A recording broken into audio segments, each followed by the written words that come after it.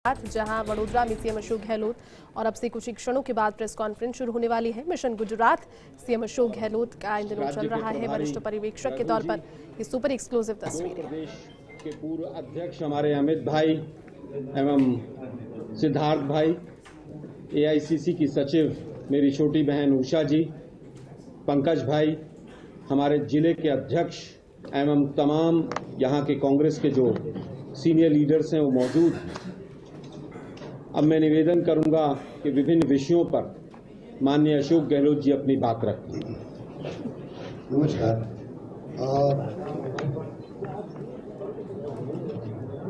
सबको मालूम है कि चुनाव मूड में आ चुका गुजरात और कभी भी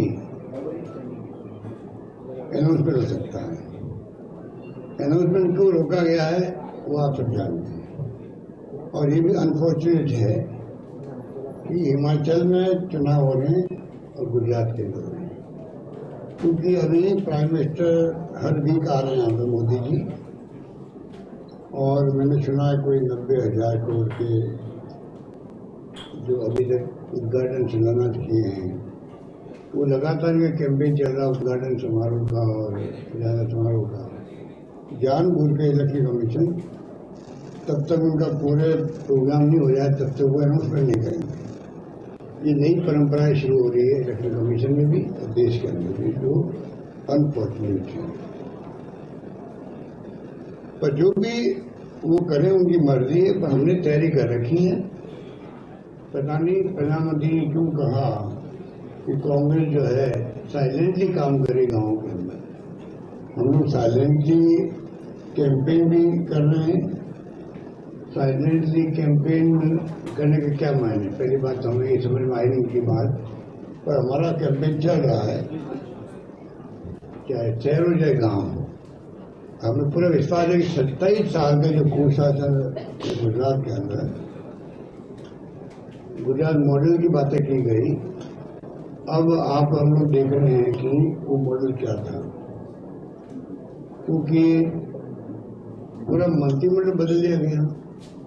कोरोना में जो हालात बने गुजरात के, पूरी बदनामी पूरी गुजरात की हुई, पूरे देश के अंदर। अहमदाबाद के अंदर कितनी गाड़ी खड़ी थी, एम्बुलेंस के अंदर ड्रिप लग रही थी, कितने लोग मारे गए, आरोप लगते हैं छिपाए गए, इंजेक्शन तक बीजेपी के दफ्तर से मारे जा रहे थे वैक्सीन के। तो वो तमाम बातें आपकी जानकारी के अंदर है। पर पूरे मंत्रिमंडल, मुख्यमंत्री बदल गए, मंत्रिमंडल के सभी सदस्य बदल गए, वो तमाम लोग में कुछ तो लोग ठीक होंगे। अगर सभी नकारा निकम्मे थे तो पहले बदल देते उनको। आप चुनाव के 3.5 पौने 4 साल बदल रहे हो, इसका मतलब है कि अभी तक जो शासन था वो नकारे निकम्मे लोगों ने चल रहा था। ये समझ के परे है इन बातों। पर अभी मैं विश्वास है कि जो एंटी इनकम्बेंसी चल रही है गुजरात के अंदर वो भयंकर है। ये समझ के परे है इन बातों। पर अभी मैं विश्वास है कि जो एंटी इनकम्बेंसी चल रही है गुजरात के अंदर वो भयंकर है। पिछले 17 के चुनाव में हमने देखा, उससे ज्यादा सरकार विरोधी लहर अभी चल रही है। गौरव यात्रा की निकल रही है, वो फेल हो रही है, लोग विरोध कर रहे हैं कई जगह पर। हमारी यात्रा वो लोग स्वागत कर रहे हैं। कुछ अंदाज लगा लीजिए कि लोगों का मूड क्या है। हमें विश्वास है कि हम दमखम के साथ में आगे बढ़ेंगे और सरकार बनाएंगे, और बीजेपी के कुशासन का अंत होना जरूरी है। मैं प्रदेशवासी से अपील करना चाहूँगा कि 27 साल इनको देख लिया है, अब वापिस बारी कांग्रेस की है, जो नेशनल पार्टी है। तो केंद्र में सत्ता में नहीं हम लोग, तो आज भी बीजेपी नेशनल पार्टी नहीं है। हिंदुस्तान के सब राज्यों में उसकी पहुंच नहीं आज भी। सरकार बनाना अलग बात है, पर आज भी कांग्रेस एकमात्र पार्टी जिसकी चौकियाँ देश के हर 6 लाख गांव मिलेगी आपको, और उसकी जो नीति है, उसके कार्यक्रम के सिद्धांत जो हैं वो जग जाहिर है, जो संविधान की मूल भावना के अनुरूप है। ये लोग संविधान की धज्जियां उड़ा रहे हैं, लोकतंत्र खतरे में है। कानून राज के राज्यों में जहाँ बीजेपी सरकारें हैं वहाँ कानून का राज भी नहीं है। अगर कोई पत्रकार, साहित्यकार, लेखक अगर कोई असहमति व्यक्त करता है, लिख देता है, तो जेल जाओ, आप राजद्रोही राजद्रोह के आरोप के अंदर। कितने लोग जेलों में बंद हैं किसी को नहीं मालूम है। तो हालात बड़े गंभीर हैं। ऐसे हालातों में हम लोग कैंपेन आज हमने शुरू दोबारा किया है। मैं भी आऊँगा बार बार यहाँ पर और हमारे और साथी भी आएंगे।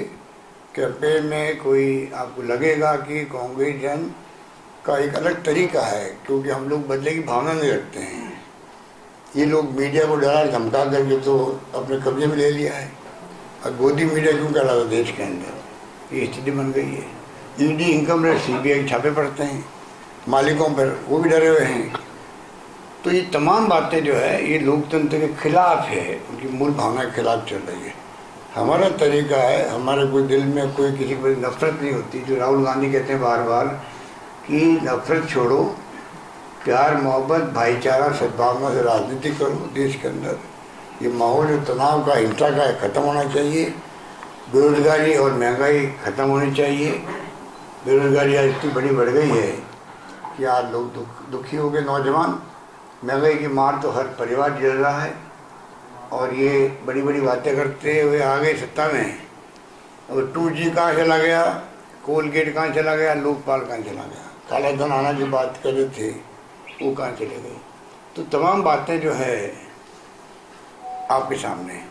तो मैं आपको कहना चाहूँगा कि जो हालात हैं प्रदेश के अंदर उसको ठीक करना आवश्यक है। पहले जो गुजरात था कोई ज़माने के अंदर, आज़ादी के पहले से गुजरात मजबूत रहा देश के अंदर। औद्योगिकरण यहाँ पर था, रोजगार यहाँ मिलते थे, मजबूत यहाँ था आर्थिक रूप से गुजरात। आज महंगाई की मार गुजरात वासी भी झेल रहे हैं। बेरोजगारी बहुत भयंकर है। कर्मचारियों की परवाह नहीं हो रही है, बेचारों को कर रखा है कॉन्ट्रेक्चुअल या पता नहीं किस तरह की यहाँ सर्विस लगी हुई है। मैं सुनता हूँ कि पूरी तनख्वाह वो नहीं मिलती है 5-5 साल तक। तो कर्मचारियों को ध्यान दे नहीं रहे। हमारे जो मैंने फैसला किया था ओल्ड एज पेंशन का, उनको लागू गुजरात में करना चाहिए। इनको कर्मचारियों हितों को देखते हुए वो मानवीय दृष्टिकोण से फैसला था। हमने चेंज योजना लेके आए हम लोग। 10 लाख का बीमा देश में कहीं नहीं है। मोदी जी को मैं बार बार रिक्वेस्ट कर रहा हूँ, आप 10 लाख का बीमा पूरे मुल्क में लागू करो। महंगाई का ज़माना है, लोग सिक्योरिटी चाहते हैं और हम 21st सेंचुरी में चल रहे हैं। तो कम से कम सोशल सिक्योरिटी मिले देशवासियों को, गरीबों को, मिडिल क्लास को, सबको मिले। दुनिया के मुल्कों में मिलते हैं। मोदी जी से घूम के आते दुनिया के मुल्कों में, उनको सब मालूम है कि दुनिया भर के अंदर सोशल सिक्योरिटी होती है। हर परिवार को जिसको जरूरत है उस परिवार को वहाँ पर वीकली पैसा मिलता है, आराम से ज़िंदगी बसर कर सके।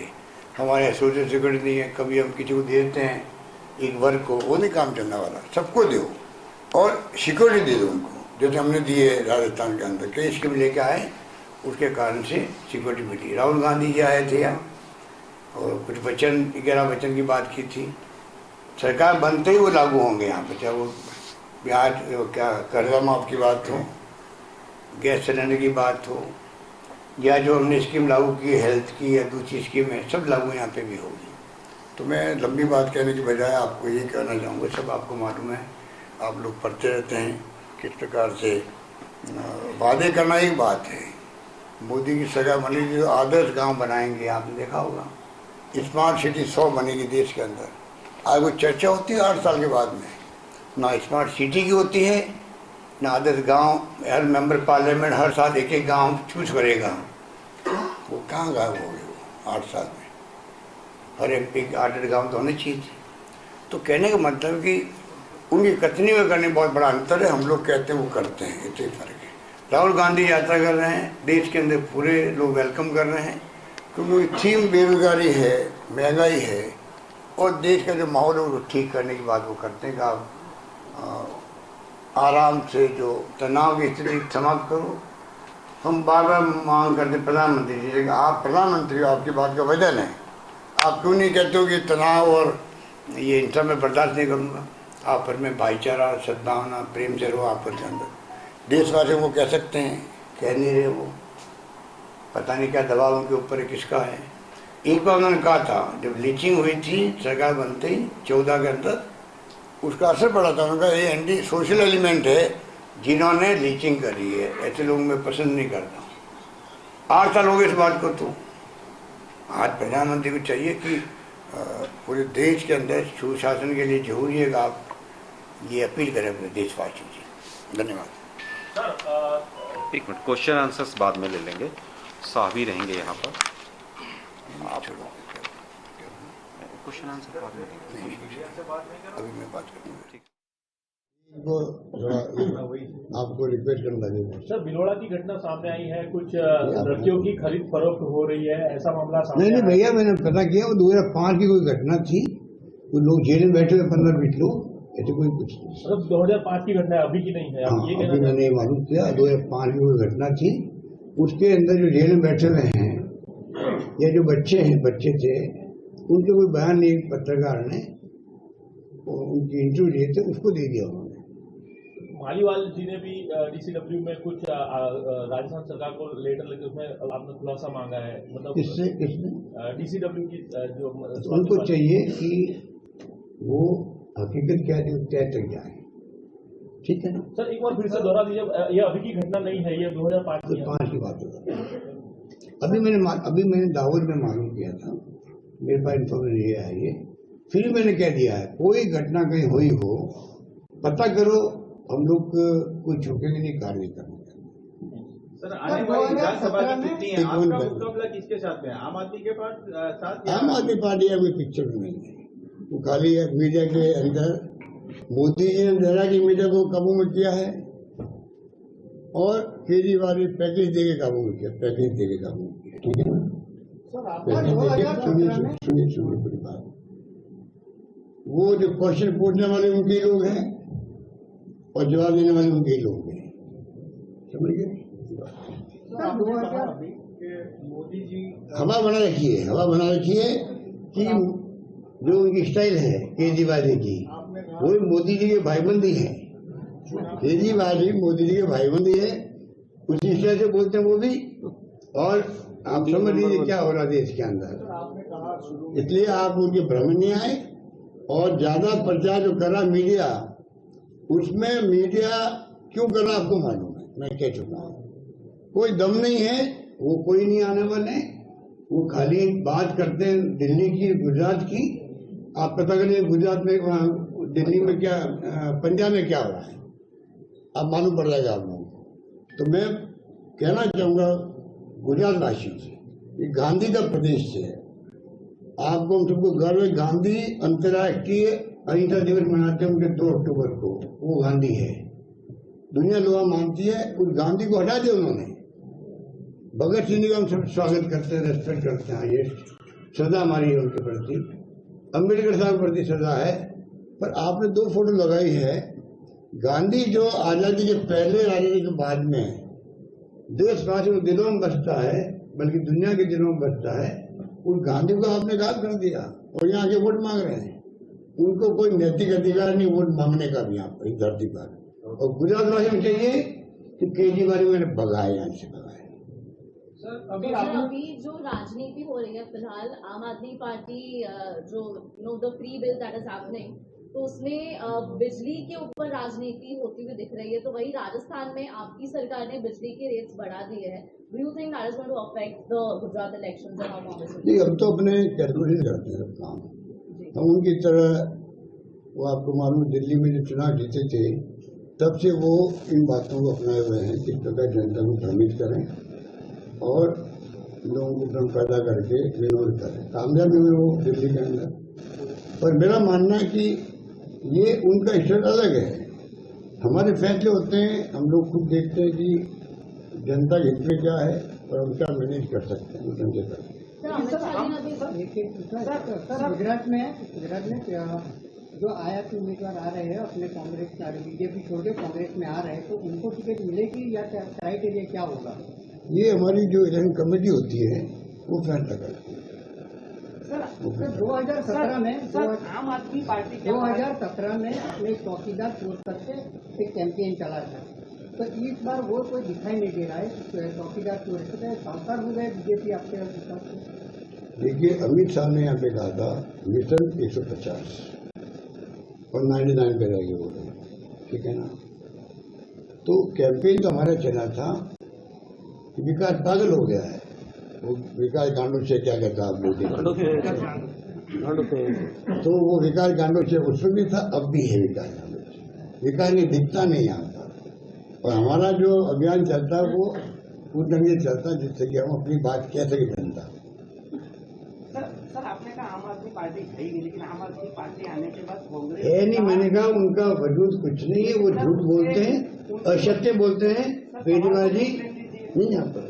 सर ऐसा है कि आम आदमी पार्टी के आने के बाद बीजेपी का भी कांग्रेस प्रेम बढ़ गया है। अमित शाह ने खुद कहा कि गुजरात में विपक्ष में आम आदमी नहीं चाहिए, कांग्रेस चलेगा। एक समय था जब कांग्रेस मुक्त करना चाहते थे, अब तो कांग्रेस का प्रेम बढ़ गया। देखिए, कांग्रेस मुक्त करने वाले खुद कभी मुक्त हो जाएंगे, कांग्रेस कभी मुक्त नहीं होने वाली है।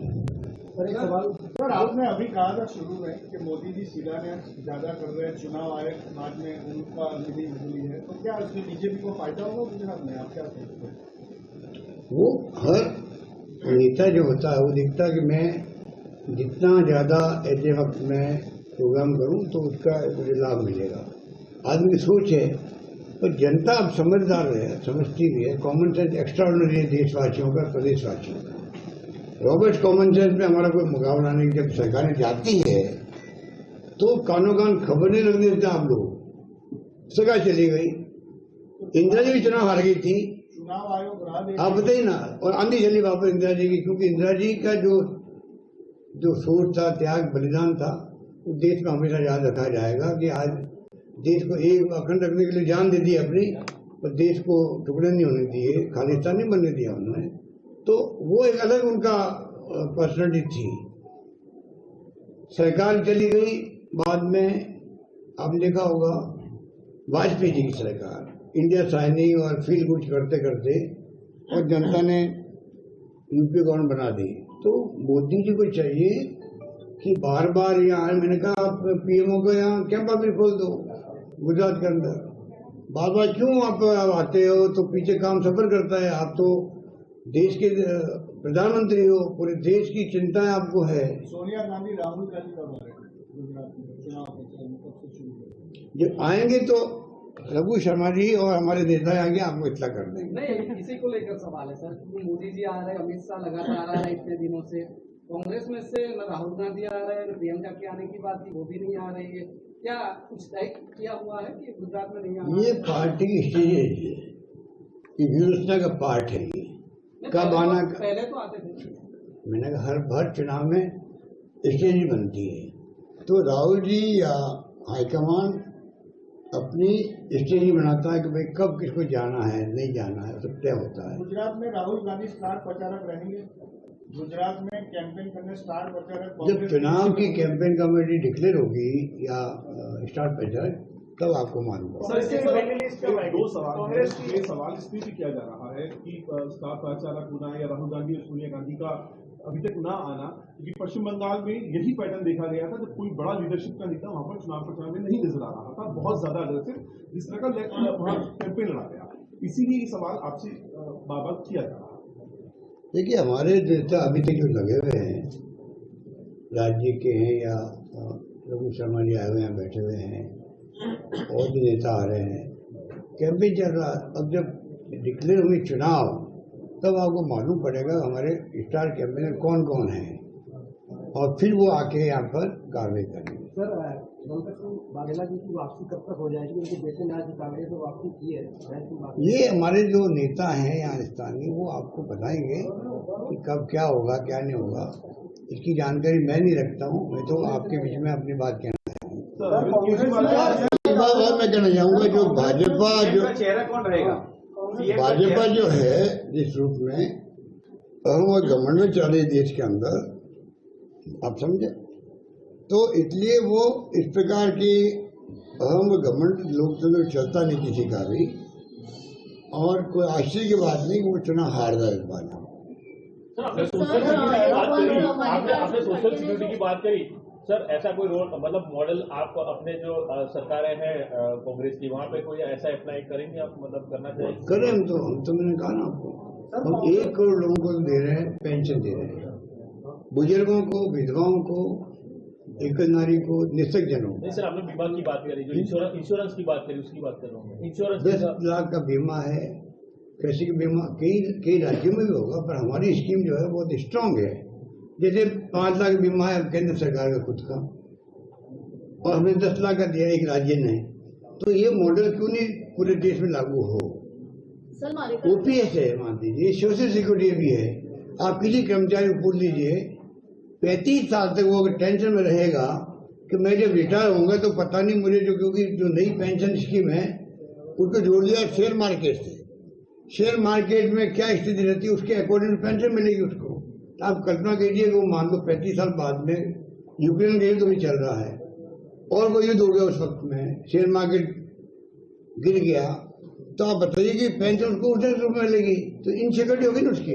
हमने सिक्योर कर दिया उनको, ओल्ड एज पेंशन की तरह मिलेगी आपको, डीए के साथ बढ़ेगी। जो ओल्ड एज पेंशन होता है उनकी एक प्रकार से सिक्योरिटी हो गई है। तो हमारे पास तो सारी स्कीम हमारी सोशल सिक्योरिटी बेस ही है। सर अरविंद केजरीवाल कह रहे हैं कि करण के पीछे गांधी जी के अलावा भगवान गणेश जी और लक्ष्मी जी का फोटो भी लगाया जाए, क्या कहेंगे आप? के पीछे गांधी जी के अलावा भगवान गणेश जी और माता लक्ष्मी जी का फोटो भी लगाया जाए, क्या कहेंगे आप? ये देखिए, ये अभी जो देश में हालात बना दिए हैं एनडीए गवर्नमेंट ने और मोदी जी ने और इनके साथियों ने, चाहे बीजेपी हो चाहे वो इनके सभी साथी जो भी हैं, मैं समझता हूँ कि उसका परिणाम है कि जो इश्यू बेस्ड राजनीति होती है, ये महंगाई है, बेरोजगारी है, अर्थव्यवस्था है देश की, ये मुख्य मुद्दे देश के भविष्य के लिए ये हैं। नई पीढ़ी का भविष्य कैसे बनेगा कि देश के हालात क्या हैं आज और क्या रहने वाले, कानून व्यवस्था की स्थिति है, कानून व्यवस्था के अलावा जो संविधान की रक्षा करने की बात है, इन पे बहस होनी चाहिए आपस के अंदर। इनमें जो बहस करते वो जेल जाता बेचारा। आपके कितने साहित्यकार पत्रकार जेल में हैं, किसी को मालूम है क्या? अभी छोटा 2 साल के बाद में जो केस हुआ था एक लड़की का गुजरात के अंदर, वो रात को जला दिया था बेचारी को, जो डेथ हो गई थी उसकी रेप के बाद में। वो पत्रकार आ रहा था बाहर से, उसको अरेस्ट कर लिया, अब जाके छूटा वो। तो कहने का मतलब ये जो हालात है ना, इसमें ये फिर ये सगू पे छोड़ते रहते हैं। अब भगवान का नाम लेके आप एक नई बैच शुरू करना चाहते हैं, तो केजरीवाल जी भी उसी लाइन में चल रहे हैं जिस लाइन में बीजेपी चल रही है देश के अंदर। कब मुझे बात करनी है बाइनरी की, कब नहीं करनी, वो तय करते हैं, हम तय नहीं करते। हमारा तो एक प्रकार से प्रिंसिपल पॉलिसी प्रोग्राम एक सा है, उसको हम छोड़ नहीं सकते, हमारा कोई कॉम्प्रोमाइज नहीं हो सकता देश हित के अंदर। वो लोग क्या कर रहे हैं कि सुविधा के अकॉर्डिंग टू बात कर रहे हैं, चाहे वो केजरीवाल जी हो चाहे वो बीजेपी हो। कांग्रेस भी खेल रही है ना सर। राहुल गांधी जी का भारत जोड़ो यात्रा में महाकाल का दौरा जो जोड़ा गया है, तो 100 फीसदी तो राहुल गांधी जी भी। भैया ये आप जब गुजरात में थे, मंदिर में गए थे, तब भी बात उठती थी ये बातें। कोई जो देश में कोई कहीं जाए धर्म के स्थान पर, उसको क्यों इश्यू बनाते हम लोग? सर 630 करोड़ का आज 630 करोड़ का खेडूतों के लिए सरकार ने पैकेज डिक्लेयर किया। क्या सरकार ने 630 करोड़ का खेडूतों के लिए पैकेज जाहिर किया अभी आज। तो सर आप मानते हो कि जो खेडूत के जो प्रश्न थे अब सॉल्व हो गए, तो अब खेडूत अपने कांग्रेस से हटकर बीजेपी में चली जाएगी, आप मानते हो? देखिए, मैंने कहा आपको कि अब हवा बन चुकी है बीजेपी के खिलाफ के अंदर। हमने जो पैकेज दिया है राजस्थान के अंदर, प्रति माह हम 1000 रुपये दे रहे हैं उन लोगों को। आज उनका करीब 8.5 लाख लोगों का बिल जीरो हो गया है किसानों का। हमने जो किसानों के लिए किया, अलग बजट पेश किया मैंने पूरे देश के अंदर। मैंने पहले अनाउंस किया था किसानों का अलग से हम बजट पेश करेंगे। हमने डबल कर दिया उनका प्रोविज़न धनराशि का बजट में। तो ये जो आप कह रहे हो ये चुनावी पैकेज है भैया, चुनावी पैकेज है। सर चुनाव की तारीख तो चुनाव आयोग तय करेगा, मगर उसकी इंतजार में कैंडिडेट की तारीख कब डिक्लेयर हो रहे हैं? चुनाव की तारीख तो चुनाव आयोग तय करेगा, उम्मीदवार कौन रहेंगे उनकी डेट डिक्लेयर नहीं, पहली लिस्ट कब आए उसका इंतजार भी है लोग। अभी चुनाव डिक्लेयर तो होने दो आप, उसका इंतजार क्या करना है? नहीं, इंतजार नहीं कर रहे हैं, हम अपना प्रक्रिया आगे बढ़ा रहे हैं। जो कमेटी बनाई है स्ट्रिंग कमेटी, उसमें आपका आप लोग एक बात बताऊं मैं आपको कि जो बात जो है कई बार मीडिया में चल पड़ती है, जैसे कहते हैं राजनीति में दिखता वो होता नहीं है, जो होता वो दिखता नहीं है। So everyone is okay within Congress? नहीं, ये कांग्रेस के संविधान के अकॉर्डिंग टू फैसला किया है। हमेशा जो भी चुनाव होते हैं प्रेसिडेंट के, उसके बाद में पहली मीटिंग होती है वर्किंग कमेटी की, और वर्किंग कमेटी बदल जाती है स्टीयरिंग कमेटी के अंदर। तो वो फैसला हुआ है, तो जो उस वर्किंग कमेटी है उसमें ना मैं हूँ ना शशि थरूर है, तो पूरे देश में गलतफहमी पैदा की जा रही है कि शशि थरूर को भी नहीं लिया उस कमेटी के अंदर। समझिए आप, वो खाली जो उसमें उस वक्त में है वर्किंग कमेटी के मेंबर है या स्पेशल इन्वाइटी है, वो तमाम स्टीयरिंग कमेटी में आ गए हैं। अब वो आप बता दी, मैं पढ़ता हूँ अखबार के अंदर। ये मीडिया के जो हमारे एक्सपर्ट लोग हैं जो कवर करते हैं, उनकी ड्यूटी भी है कि तय तक जाना चाहिए कोई बात को। सर इस बार इलेक्शन में एक मिनट भाई, बहुत सवाल हो गए आपके। लेकिन आखिरी में नरेश पटेल जी बीजेपी के पक्ष में मतलब कौन कांग्रेस ने काफी वक्त बर्बाद किया उनको हराने में, लेकिन वो आखिर में आपको क्या पता कि मनाने में टाइम वेस्ट किया, क्या पता आप ठीक है वहाँ ये रुकिए ना भाई, बाकी और लोगों को भी कर लीजिए, क्योंकि बहुत सवाल हो गए। कोई बात नहीं, रुकिए। हाँ जी, इधर से कोई और कोई जरूर चले सर, लास्ट में एक मिनट जी।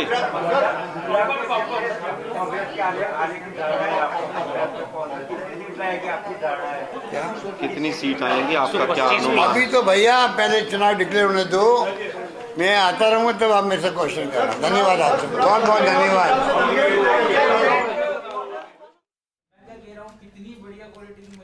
देखिए, प्रेस कॉन्फ्रेंस आप सुन रहे थे। प्रेस कॉन्फ्रेंस के दौरान सीएम अशोक गहलोत ने बातचीत की और गुजरात चुनाव को लेकर जो मॉडल और जो विचारधारा है कांग्रेस की प्रदेश सरकार में रहकर जिस तरह से काम किए गए हैं, उन तमाम योजनाओं का, उन तमाम कार्यों का भी यहाँ पर जिक्र किया।